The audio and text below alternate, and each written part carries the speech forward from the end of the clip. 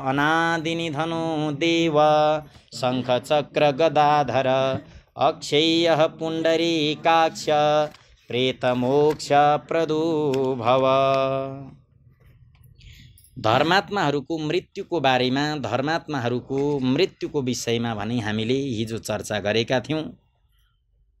पूर्वद्वार, उत्तरद्वार र पश्चिमद्वारबाट धर्मात्माहरूको, पुण्यात्माहरूको, साधु सन्तको सेवा गर्नेहरूको, मठ मन्दिरमा गएर ध्यान गर्नेहरूको, देव ऋण, ऋषि ऋण र पितृ ऋणबाट उऋण हुने व्यक्तिहरूको यात्रा पूर्व, पश्चिम र उत्तरद्वारहरूबाट हुन्छ भने जसले जीवनभरि पाप कर्म गरेको छ, एउटा पाप कर्ममाथि अर्को पाप कर्महरूलाई बढाउँदै बढाउँदै गएको छ भने त्यस्तो व्यक्तिको यात्रा भने दक्षिणद्वारबाट हुन्छ भनेर बताउनु भयो। दक्षिणद्वारबाट जसले यात्रा गर्छ उसले अनेक प्रकारको दुःख कष्टलाई प्राप्त गर्छ, अनेक प्रकारको समस्याहरूलाई झेल्नुपर्छ।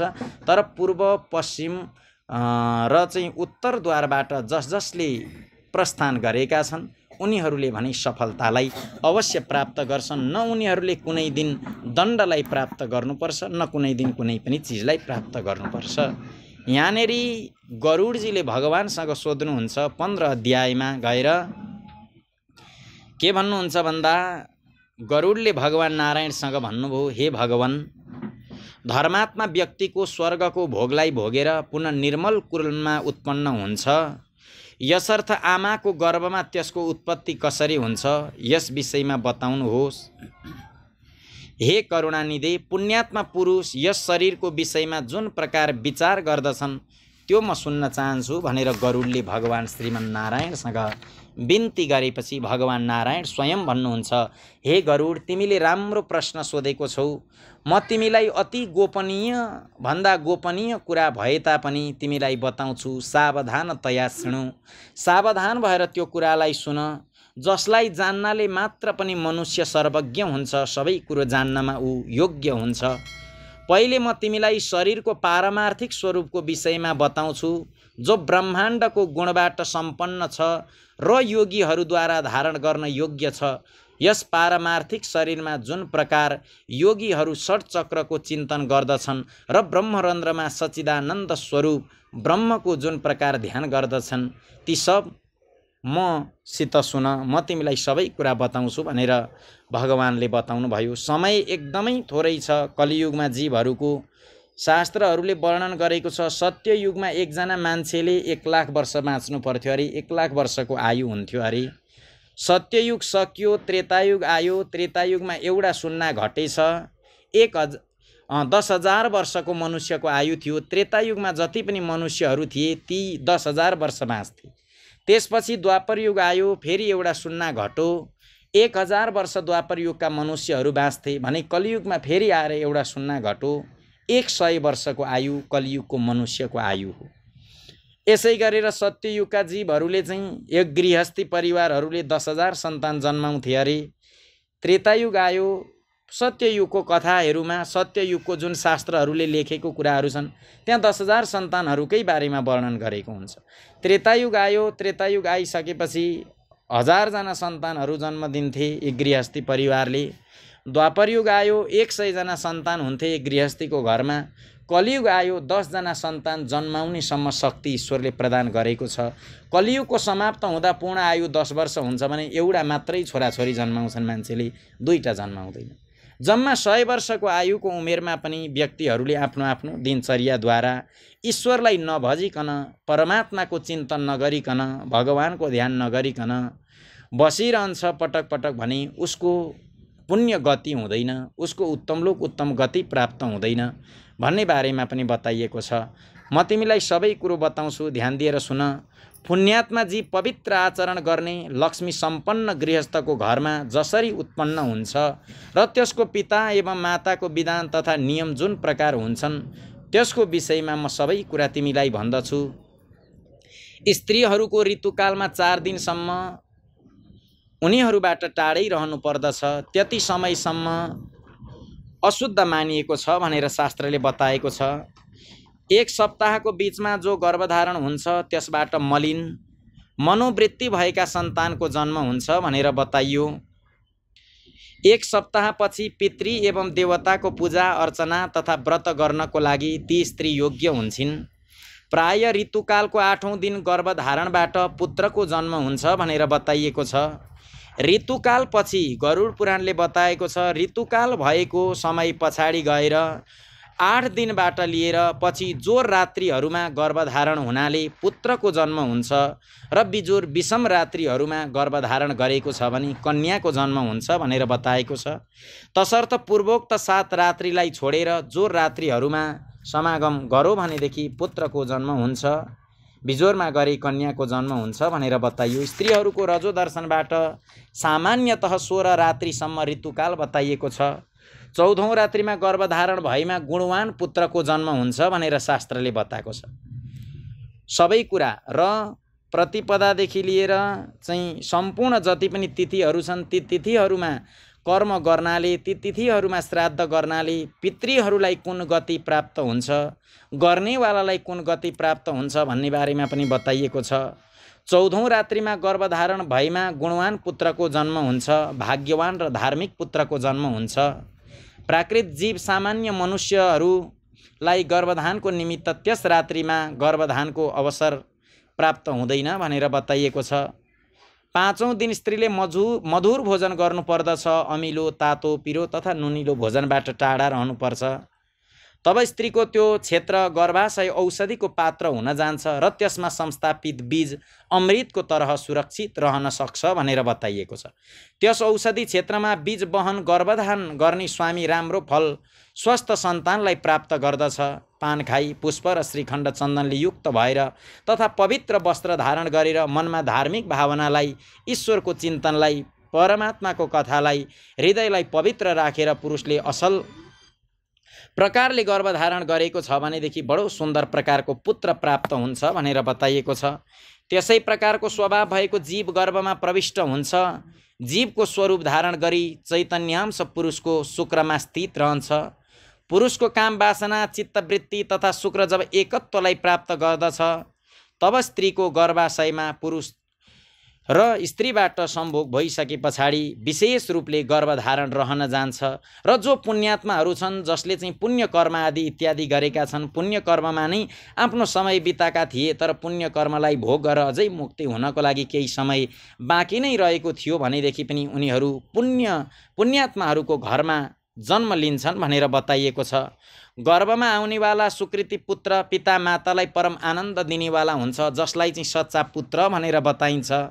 त्यसको पुंसवन आदि समस्त संस्कार गरिन्छ। पुण्यात्मा पुरुष ग्रहहरूको उच्च स्थितिमा जन्मलाई प्राप्त गर्छन्।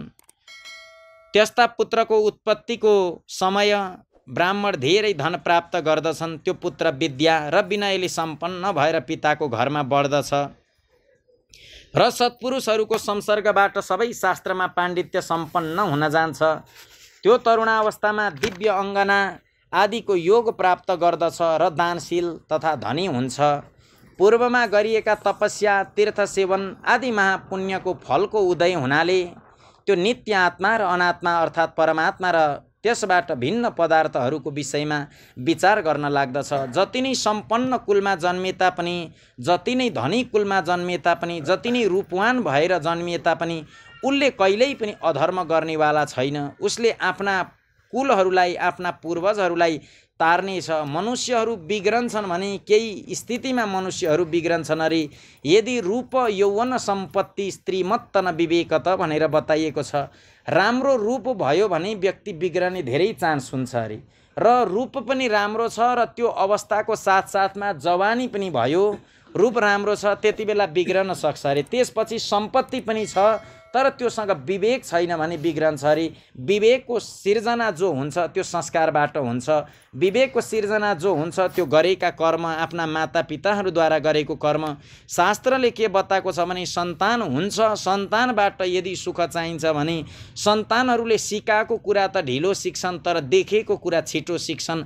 देखाउनुहोस् भनिएको छ। आफूले चाहिँ के गर्ने नराम्रो कर्म अनि आफूले अरू कार्यमा लागेर सन्तानलाई पढ भन्यो भने त्यो कार्य त्यति छिटो उनीहरूको मनमा प्रवेश गर्दैन अरे। उनीहरूले तपाईले के गर्दै हुनुहुन्छ त्यो गरेको देखेर चाहिँ सबैभन्दा चाँडो चाँडो सिक्छन्। संस्कार आफ्नै घर परिवारबाट दिनुपर्दछ। त्यसै कारणले गर्दाखेरि शास्त्रले बताएको छ, यदि सन्तान मूर्ख भयो, यदि सन्तान पढ्न सकेन, यदि सन्तान अज्ञानी भयो, गएर कुनै ठाउँमा बोल्न सकेन भने त्यसको दोष बुवालाई लाग्छ अरे। सन्तान यदि ज्ञानी भएन, यदि सन्तान मूर्ख भयो, कहीँ गएर बोल्न सकेन, प्रस्तुत गर्न सकेन भने त्यसको पूर्ण दोष पिताजीलाई लाग्छ। र यदि सन्तानमा संस्कार भएन भने त्यसको पुरै दोष आमामा लाग्छ भनेर शास्त्रले बताएको छ। संस्कार दिने काम आमाको हो, शिक्षा दिने काम बुवाको हो। जसरी भए तापनि शिक्षा प्रदान गराउनको निमित्त दिनरात मेहनत गरेर सङ्घर्ष गरेर सन्तानलाई शिक्षा दिने काम भने पिताजीको रहन्छ। संस्कारको विषयमा ख्याल गर्न त्यति पिताहरूले पाउनुहुन्न। त्यस कारणले गर्दा संस्कारको विषय आमाहरूको जिम्मामा छ भनेर शास्त्रले बताएको छ। संस्कार दिएको छ भने जस्तो संस्कार दिएको छ भोलिको दिन त्यस्तै प्रकारको सन्तानहरूले हजुर हाम्रो सेवा गर्नेछन्। त्यस कारणले गर्दा संस्कारको पनि अति नै आवश्यकता पर्छ भनेर धर्मशास्त्रहरूले बताएको छ। जसबाट उसलाई बोध हुन्छ कि सांसारिक मनुष्य भ्रमवश डोरीमा सर्पको छाया झै यो दुनियाँ दुःखालय हो। यो संसारमा जति नै सुखको चाहना गरे तापनि यो संसारमा सुख पाउँला भनेर भोलि सुख पाउँला, पर्सि सुख पाउँला, सुख एक दिन न एक दिन त पाउँला भन्दा यो केवल भ्रम मात्रै हो। किनभने एउटा जादु देखाउनेवाला जादुवालाले कति बेला कसको टाउको काट्छ, त्यसले काटेको जादुको बारेमा त हामी बुझ्न सक्दैनौँ भने परमात्माको बारेमा बुझ्न सक्ने शक्ति, पूर्ण रूपले बुझ्न सक्ने शक्ति हाम्रो मस्तिष्कमा छैन।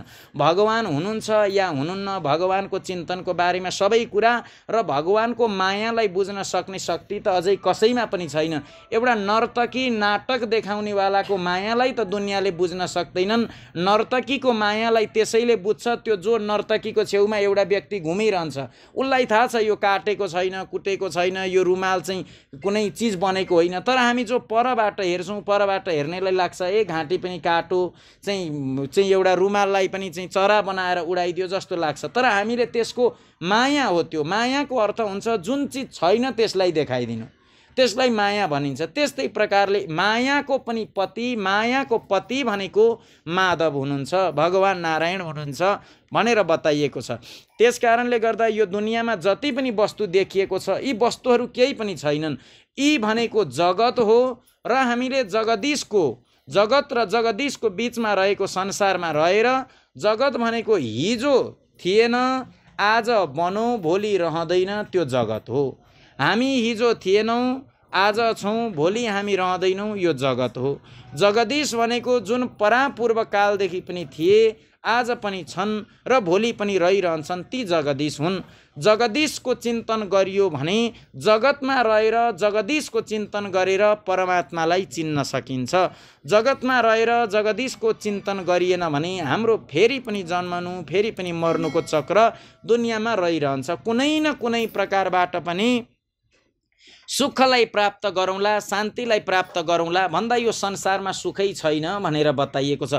जुन कुरामा तपाईँले सुख सम्झिनु भएको छ, जुन कुरामा तपाईँले सुख मान्नु भएको छ, वास्तवमा त्यही कुराले हामीलाई दुःख दिनेवाला हो भनेर शास्त्रले बताएको छ। किनभने यो संसारको नाम है दुःखालयमा शाश्वत। यो संसारको नाम चाहिँ एउटा दुःखालय अरे। भोजनालय भोजनको घर, पुस्तकालय पुस्तकको घर, विद्यालय विद्याको घर, रसमालय रसको घर भने जस्तै दुःखालय भनेको दुःखै दुःखको घर हो। यहाँ सुख हुँदैन। भोजनालयमा गएर पुस्तकको याचना गर्नु, पुस्तक माग्नु त्यो मूर्खता नै बन्छ। किनकि भोजनालय स्पेशल भोजनको लागि बनेको हुन्छ। पुस्तकालयमा गएर भोजन माग्नु त्यो पनि मूर्खता नै हुन्छ। किनकि पुस्तकालयमा अनेक प्रकारको पुस्तकहरू पाइन्छ तर त्यहाँ भोजन पाइँदैन। त्यस्तै प्रकारले यो संसारको नाम हो दुःखालय। यहाँ अनेक प्रकारको दुःख छ। टाउको दुख्ने, पेट दुख्ने, घर परिवार सन्तानले सताउने, व्यवहार नचल्ने, आहार नचल्ने, कारोबार नचल्ने, घरबार नचल्ने अनेक प्रकारका दुःख छन्। कसलाई कुन दुःख पर्छ भन्ने कुरो त थाहा हुँदैन। तर यो संसारमा सुख भनेको चाहिँ यस्तै हो कि पिच रोड देखिएको छ, पिच रोडमा यात्रा गर्दै जाँदा पर पानी टल्के जस्तो देखिन्छ, जसलाई मृग तृष्णा भनेर भनिन्छ, भ्रम सुखम भनिन्छ, तर उहाँ पुग्दा पानी हुँदैन। सुख पनि त्यस्तै हो, सुख छ कि जस्तो त लाग्छ, यहाँ पो सुख होला भनिन्छ, त्यहाँ पो सुख होला भनिन्छ, तर जति सुखको याचना गर्दै जसरी आधी हिलोमा गाडिएको व्यक्ति जति माथि निस्कन खोज्छ त्यति उतल भासिँदै जान्छ। त्यस कारणले गर्दा जसले ईश्वरको बारेमा बुझेको छ त्यो व्यक्तिले पूर्ण रूपले बोल्न पनि सक्दैन र बताउन पनि सक्दैन। पानीमा डुबेको व्यक्तिले डुबेँ भनेर भन्न सक्दैन, डुब्न लाग्दैखेरि उसले आवाज गर्ने हो म डुबेँ भनेर, तर त्यो डुबेको हुँदैन, ऊ झुट बोल्दैछ, डुबिगएको छैन। तर बोल्छ भने डुबेको हुँदैन, पहिले नै भन्छ म डुबेँ भनेर, वास्तवमा डुबेको हुँदैन। जो ईश्वरको बारेमा बुझ्छ, जो ईश्वरको बारेमा चिन्तन गरेर परमात्मालाई चिनेको हुन्छ, ऊ पूर्ण रूपले प्रस्तुत हुन भने सक्दैन। यो संसारको नाम नै दुःखालय हो, यहाँ जति नै सुख खोजे तापनि सुख भन्ने कुरा प्राप्त हुँदैन। यो संसारमा दुःख हुन्छ, तर यही संसारमा जगतमा बसेर जगदीशको चिन्तन गरेर परमात्माको धामलाई प्राप्त गर्नको लागि भने यही देहद्वारा, यही मानव देहद्वारा हामी सक्छौँ भनेर बताइएको छ। जसरी चाहिँ जसबाट मनुष्यलाई सुखको बोध कसरी हुन्छ अरे भन्दा जसरी भ्रमवश डोरीमा सर्प जस्तो लाग्छ अरे घरिघरि, अर्थात् सच्चिदानन्द ब्रह्ममा अवस्थु अर्थात् अज्ञान आदि जगत प्रपञ्चको अध्यारोप गर्दछ, तब अपवादबाट डोरीमा सर्पको भ्रान्तिको निराकरण पूर्वक डोरीको वास्तविकताको ज्ञान समान ब्रह्मरूपी सत्य वस्तुमा अज्ञान आदि जगत प्रपञ्चको मिथ्या प्रतीत टाढा हुन जानाले र ब्रह्मरूप सत्य वस्तुको सम्यक ज्ञान हुन जानाले त्यसै सच्चिदानन्द ब्रह्मको चिन्तन गर्न लाग्दछ। सांसारिक पदार्थ रूप असत वस्तु वा अनात्म पदार्थबाट अन्वित या सम्बन्ध हुने भएको त्यस ब्रह्मको सङ्गत रही शुद्ध स्वरूपको सम्यक बोधको लागि म तिमीसँग यसका साथ सम्पूर्ण कुराहरू बताउँछु, ध्यान दिएर सुन। पृथ्वी, जल, अग्नि, वायु र आकाश आदि इत्यादि बनेर यो पाँच भौतिक शरीरहरू निर्माण भएको हुन्छ। खगेश्वर छाला, हाड, नाडी, रौँ र मासु यी पाँच भूमिका गुण हुन्। यो मैले तिमीलाई बताएँ। र्याल, मूत्र, वीर्य, मज्जा, मासी तथा पाँचौं रगत यी जलको गुण हुन्। हामीसँग सबै कुरा मिलेका छन् अरे। यो शरीर बनेको छ पाँच भौतिक शरीर, पृथ्वी, जल, तेज, वायु र आकाश मिलेर यो पाँच भौतिक शरीर बन्छ। त्यस कारणले गर्दाखेरि यो पाँच भौतिक शरीर बन्नको लागि जसरी छाला छ, जुन हाड छ, जुन नाडी छ, जुन रौँ उम्रिन्छ हाम्रो, तथा मासु आदि छ, यिनीहरूलाई चाहिँ भूमिको गुण हो भनेको छ, पृथ्वीको गुण हो यो। त्यस कारणले गर्दा यहाँबाट केही चिजहरू उम्रिन्छन् भनेर बताइयो। यसै गरी राल निस्किनु, दिशा पिसाब आउनु, मज्जा, मांसी तथा रगत यी पाँच जलको गुण भनेर बताइएको छ। अब तेजको गुणलाई सुन तिमीले। हे तार्क्ष्य, योगीहरूद्वारा सर्वत्र भोक लाग्नु, तिर्खा लाग्नु, आलस्य लाग्नु, निन्द्रा लाग्नु, कान्ति तेज हुनु यी पाँच गुण भनेको तेजका गुणहरू हुन्, सूर्यका गुणहरू हुन्। यी सूर्यबाट नै यो कुरो प्राप्त हुन्छ। यदि सूर्यबाट अलिकति पनि सन्तुलन खराब भयो या पृथ्वीबाट केही मात्रै पनि सन्तुलन खराब भयो भने हामीलाई यो छाला, हाड, नाडी, रौँ आदि इत्यादि सम्बन्धी समस्याहरू जाग्छन् भनेर शास्त्रले बताएको छ। यसै गरी सूर्यहरूबाट हुने जुन अग्नि तत्त्व, तेज तत्त्व हाम्रो शरीरमा जति चाहिनुपर्ने हो मात्राभन्दा केही मात्रामा पनि तेज तत्त्व यदि हाम्रो शरीरमा कमी भयो भनेदेखि, हामीलाई सूर्यको कमी भयो भने भोक, तिर्खा, आलस्य, निन्द्रा, कान्ति आदि इत्यादिमा समस्या हुन्छ। सन्तुलित तरिकाले चलो भने राम्रो हुन्छ भनेर बताइएको छ। यसै गरी हामीले चाहिँ यो हात खोच्याउनु, दौड्नको लागि अगाडि सर्नु, कुनै ठाउँको लागि नाङ्नको लागि अगाडि गर्नु, खुट्टा पसार्नको लागि सक्नु र कुनै कुराको चेष्टा गर्नु यी वायुका गुण हुन्। हाम्रो शरीरमा जति पनि वायु छ यो वायु अवरुद्ध भयो भने हामीले हात तन्काउन, खुट्टा तन्काउन, यताउता गर्न, खोच्याउन आदि सक्दैनौँ भनेर बताएको छ। शरीरमै छ सबै कुरा, पृथ्वी, जल, तेज, वायु, आकाश। खोच्याउनको लागि, दगुर्नको लागि वायुमा कुनै पनि समस्या भयो भने यी कुरा हामी जति सजिलो तरिकाले, जति सरल तरिकाले हामी गरिरहेका छौँ त्यो गर्न सक्दैनौँ। वायु सम्बन्धी हामीलाई कुनै पनि विकार समस्या आयो भने भनेर बताएको छ। त्यसै गरी घोष शब्द बोल्नु, छिद्र, गाम्भीर्य, श्रवण सुन्नु, सर्व संश्रय समस्त तत्त्वलाई आश्रय प्रदान गर्नु यी पाँच गुण तिमीले प्रयत्नपूर्वक आकाशलाई बुझ्नु पर्दछ। आकाशको गुण भएन भने, आकाशको गुण हो शब्द, शब्द जुन पनि कुरा सुनिन्छ त्यो आकाशको गुण हो। यदि हाम्रो सुन्नमा कमजोरी भयो या यहाँनिर बताइदिएको चाहिँ गाम्भीर्यतामा समस्या भयो आदि इत्यादि भने आकाश तत्त्वको हाम्रो शरीरमा केही न केही मात्रामा कमी छ भन्ने प्रकारले बुझ्नु पर्दछ। पूर्वजको कर्मबाट अधिवासित मन, बुद्धि, अहङ्कार र चित्त यी अन्तःकरण चतुष्टय भनेर बताइएको छ।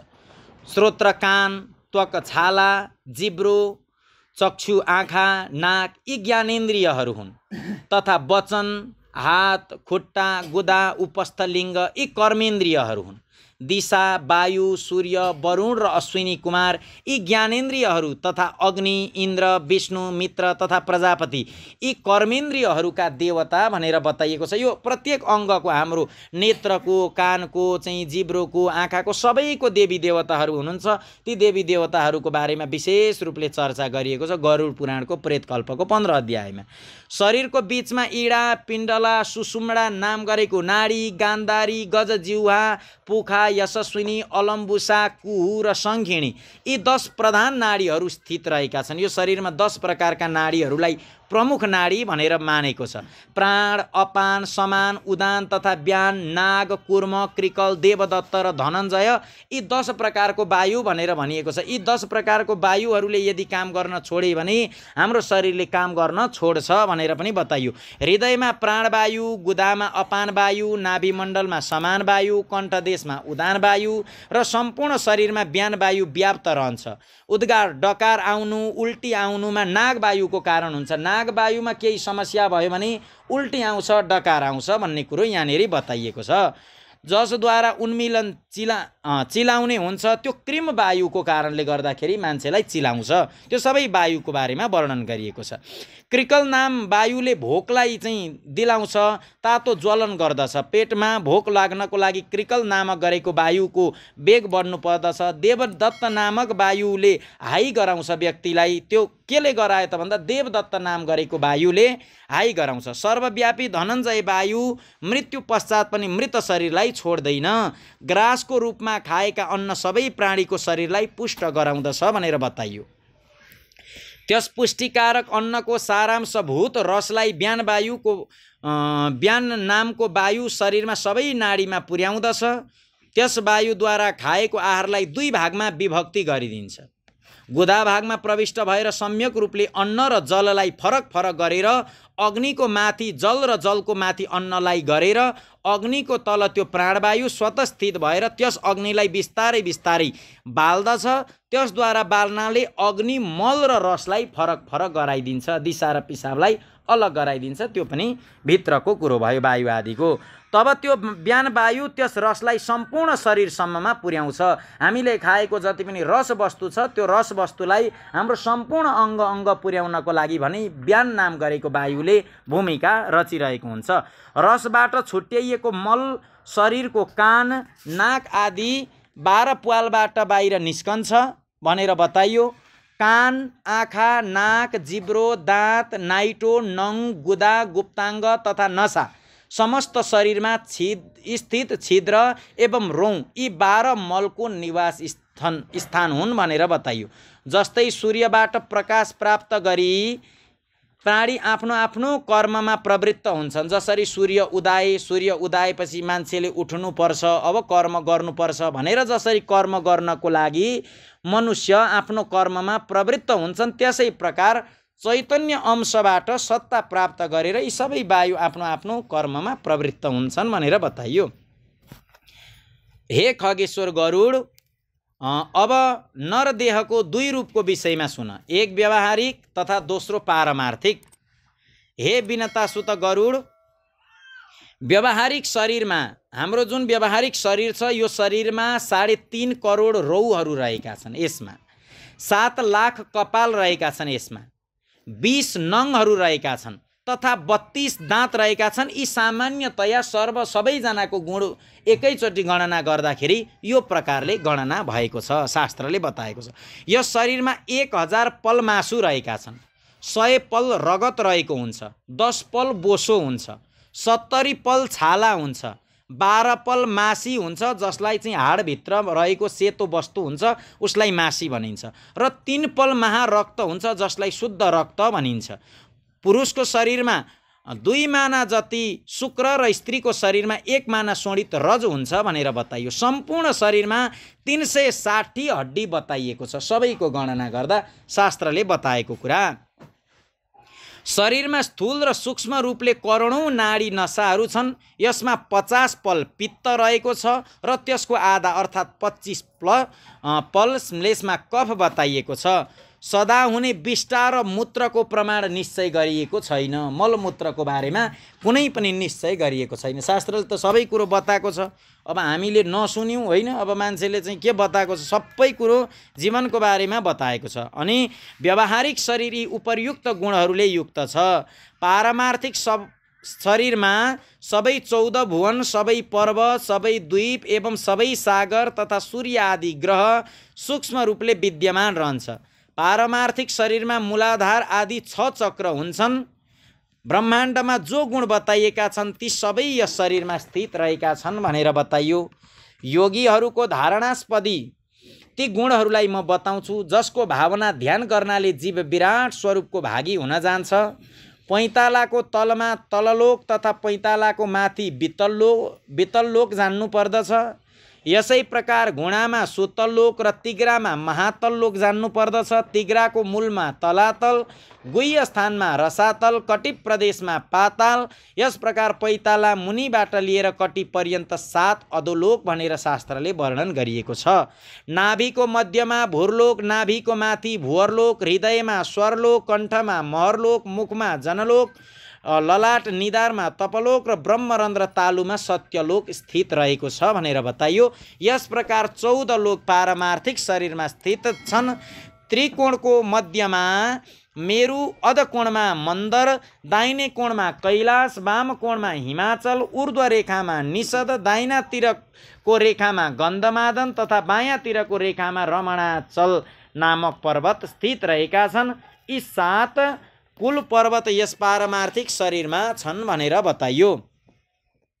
अस्थिमा जम्बुद्वीप, मज्जामा शाकद्वीप, मांसमा कुशद्वीप, नसामा क्रौञ्चद्वीप, छालामा साल्मलोद्वीप, रोम समूहमा गोमेद्वीप र नङमा पुष्कर द्वीपको स्थिति बुझ्नु पर्दछ। तत्पश्चात सागरको स्थिति यस प्रकार रहेको छ भनेर बताउनु भयो। छार समुद्र मूत्रमा, क्षीरसागर दूधमा, सुराको सागर श्लेषमा कसमा, घृतको सागर मज्जामा, रसको सागर शरीरस्थ रसमा र दधी सागर रगतमा स्थित सम्झनु पर्दछ। स्वादुदक सागरलाई लम्बिका स्थान घाँटीको बिलकिले भाग अथवा किल्किले भाग अथवा उपजिह्वा वा काकल मा सम्झनु पर्दछ। नाद चक्रमा सूर्य, बिन्दु चक्रमा चन्द्रमा, नेत्रमा मङ्गल र हृदयमा बुधलाई स्थित सम्झनु पर्दछ। विष्णु स्थान अर्थात् नाभिमा स्थित मणिपूरक चक्रमा बृहस्पति तथा शुक्रमा शुक्र स्थित छन्। नाभि स्थान नाभि गोलोकमा शनैश्चर स्थित रहनु भएको छ र मुखमा राहु स्थित भनिएको छ। वायुस्थानमा केतु स्थित।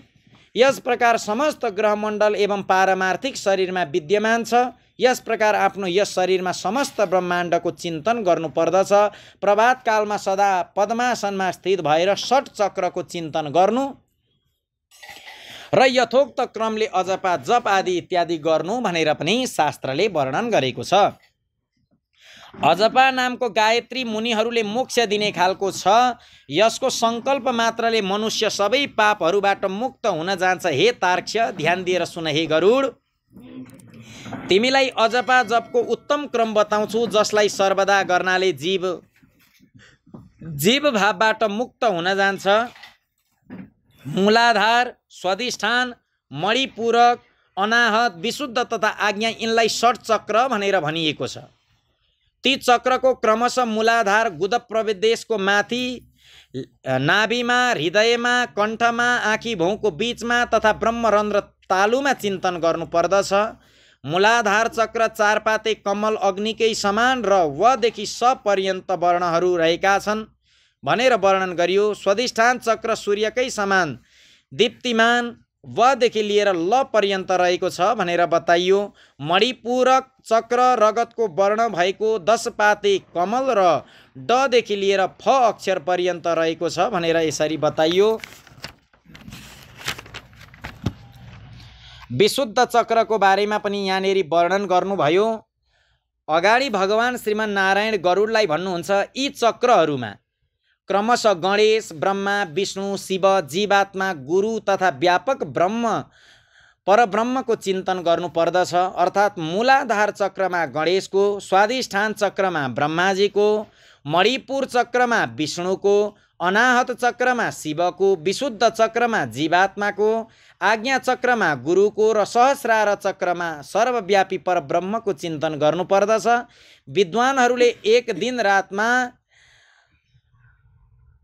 21,600 सासको सूक्ष्म गति बताइएका छन्। हमको उच्चारण गर्दै श्वास बाहिर निस्कन्छ र सको ध्वनि गर्दै भित्र प्रविष्ट हुन्छ।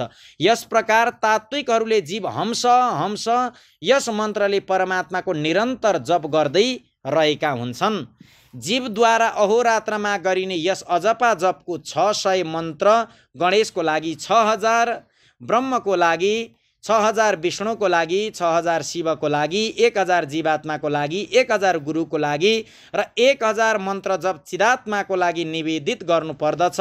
श्रेष्ठ सम्प्रदायवेत्ता अरुण आदि मुनि यी षट चक्रहरूमा ब्रह्ममयको रूपमा स्थित गणेश आदि देवताहरूको चिन्तन गर्दछन्। शुक आदि मुनि पनि आफ्ना शिष्यहरूलाई यिनको उपदेश गर्नुहुन्छ। अथ महापुरुषहरूको प्रवृत्तिलाई ध्यानमा राखेर विद्वानहरूले सदा यी चक्रहरूमा देवताको ध्यान गर्नुपर्दछ। सबै चक्रहरूमा अनन्य भावले ती देवताहरूको मानस पूजा गरेर गुरुको उपदेश अनुसार अजपा गायत्रीको जप गर्नुपर्दछ। त्यसपछि ब्रह्मरन्ध्रमा अधोमुख रूपमा स्थित सहस्रदल कमलमा हाँसमा विराजमान वर तथा अभय मुद्रा युक्त दुवै हस्तकमलको स्थिति भएका श्री गुरुको ध्यान गर्नुपर्दछ, चिन्तन गर्नुपर्दछ भनेर बताइयो। गुरुचरणबाट निस्किएको अमृतमय धाराले आफ्नो शरीर सफा भएको छ भनी चिन्तन गर्नुपर्दछ। फेरि पञ्चोपचारबाट पूजा गरी स्तुतिपूर्वक प्रणाम गर्नुपर्दछ। तदन्तर कुण्डलिनीको ध्यान स्तुति गर्नुपर्दछ। षट चक्रमा 3.5 घेरामा स्थित छ र आरोह तथा अवरोहको रूपमा षट चक्रमा सञ्चरण हिँड्दछिन्। त्यसपछि ब्रह्मरन्ध्रबाट बहिर्गत सुषुम्ना नामक धाम को ध्यान गर्नुपर्दछ। त्यस मार्गबाट जाने पुरुष विष्णुको परम पदलाई प्राप्त गर्दछन् भनेर यहाँनेरि बताइएको छ। त्यसपछि ब्रह्मा नामक मुहुर्तमा मद्वारा चिन्तित आनन्द स्वरूप प्रकाश स्वप्रकाश सनातन रूपको सदा ध्यान गर्नुपर्दछ। यस प्रकार गुरुको उपदेशले मनलाई निश्चल बनाउनु, आफ्नो प्रयत्नबाट यस्तो गर्नु हुँदैन, किनकि गुरुको उपदेश बिना साधकको पतन हुन सक्दछ भनेर बताइयो। यस प्रकार अन्तर्याग सम्पन्न गरी बहिर्यागको अनुष्ठान गर्नुपर्दछ। देहमा अभिमान राख्ने, 5 भौतिक शरीरलाई नै आफ्नो शरीर सम्झनेवाला व्यक्तिहरूको वृत्ति अन्तर्मुखी हुन सक्दैन। तसर्थ तिनको लागि सरलतापूर्वक गर्न सकिने मेरो भक्ति नै मोक्ष साधिका हुन सक्दछ। यद्यपि तपस्या र योग साधना आदि पनि मोक्ष मार्ग भए तापनि यस संसार चक्रमा फँसेका व्यक्तिहरूको लागि मेरो भक्ति मार्ग नै समुचित उपाय हो। जसले मेरो भक्ति गर्दछ, जसले मेरो चिन्तन गर्दछ, सबै कुरालाई छोडेर संसारमै रहेर पनि जगतमै रहेर पनि जगदीशको चिन्तन गर्दछ भने उसले मेरो ब्रह्म पदलाई परम पदवीलाई प्राप्त गर्दछ। ब्रह्मा आदि देवहरूले वेद र शास्त्रको पटक पटक विचार गरेर 3 पटक यही सिद्धान्त सुनिश्चित गरिएको छ भनेर वर्णन गरियो। यज्ञादि सद्धर्म पनि अन्तःकरणको शुद्धिको कारण हुन् र यस शुद्धिको फलस्वरूप मेरो भक्ति प्राप्त हुन्छ। जसलाई प्राप्त गरेर व्यक्ति पुनः जन्म मरण आदि दुःखबाट पीडित हुँदैन। हे तार्क्ष, जो सुकृति पुण्यात्मा मनुष्य यस प्रकारले आचरण गर्दछन् त्यो मेरो भक्तिको योगबाट सनातन मोक्ष पदलाई प्राप्त गर्छन् भनेर 15 अध्यायमा भगवान नारायणले गरुडलाई बताउनु भयो। आउनुहोस् अब 16 अध्यायको पाठ श्रवण गरौँ। त्यसपछि फेरि यसमा रहेको कथा हामी श्रवण गर्नेछौँ।